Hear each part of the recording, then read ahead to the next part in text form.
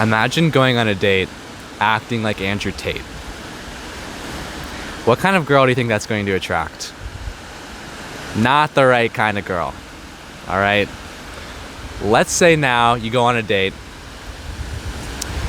and you have just done a loving kindness, self-love meditation where you are now feeling just completely present and full of love. So much so that you can then emanate that love outwards to your date, to whoever you're with. That is going to be so much more enjoyable for whatever girl you're taking on a date. Imagine how that would feel to be just held in a secure love, to be in the presence of somebody who is calm and centered and just loving. That is so much more attractive.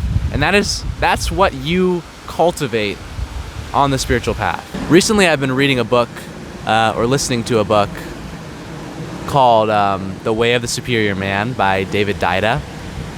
And in it, it talks about masculinity and femininity, attracting a partner, and in relationship, what is that masculine, feminine polarity like?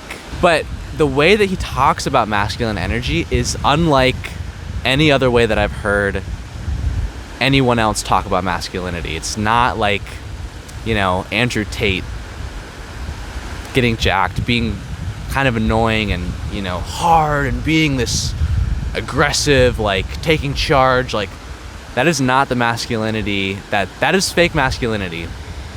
The real, true masculinity that's going to captivate a truly feminine person, if that's what you're looking for, the true masculine energy is the quality of consciousness itself.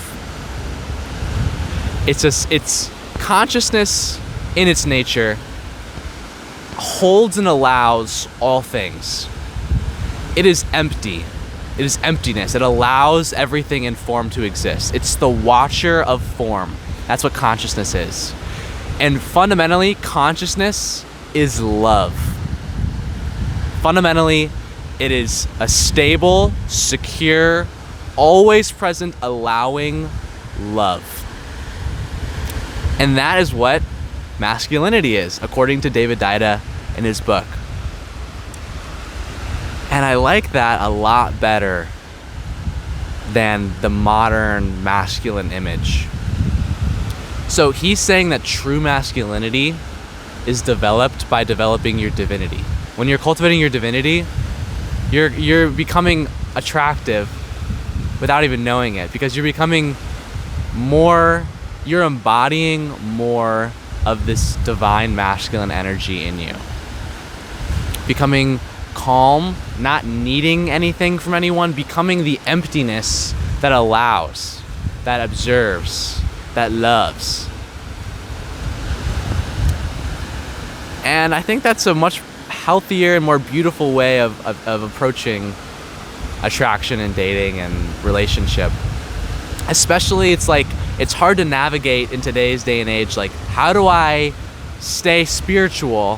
How do I foster that side of my life without being needy with in the dating market? And how do I balance my divine practice, my spiritual cultivation with dating in the real world and being in relationship with people?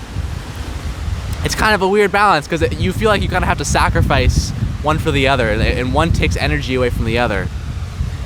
But from this perspective, it's all one. It's all part of the same thing. When you're cultivating yourself spiritually, you're getting yourself in a space where relationship and dating becomes natural and easy, and attracts the kind of people that naturally are going to be attracted to your masculine divinity. The kind of girls that you're going to attract when you're developing yourself spiritually and you show up on a date to be your full, centered, spiritual, most full self. That is going to attract, you're going to immediately polarize people into two camps of oh no, I'm looking for the fake kind of person, even though they're not consciously thinking that. Or you're going to attract people who are pure in their hearts and are living in the same sort of heart-centered spiritual approach to life. Don't worry about trying to be super masculine or trying to be a certain way. Cultivating yourself spiritually is the most masculine thing you can do. And it's the truest form of masculinity. It's not fake. It's got this depth to it that's real. And so don't be too worried about that on the path, and cultivate yourself in the deepest way possible that you believe is your purpose, that you believe is the way to live this life most profoundly and most deeply and with most love, and everything else is going to follow suit. Thanks for watching this video. I'm glad that you're tuning in. I'm just kind of sharing my insights with you, and I hope they're helpful. So if you like this, leave me a comment. Let me know what else you want me to talk about, and I'd be happy to talk about it. So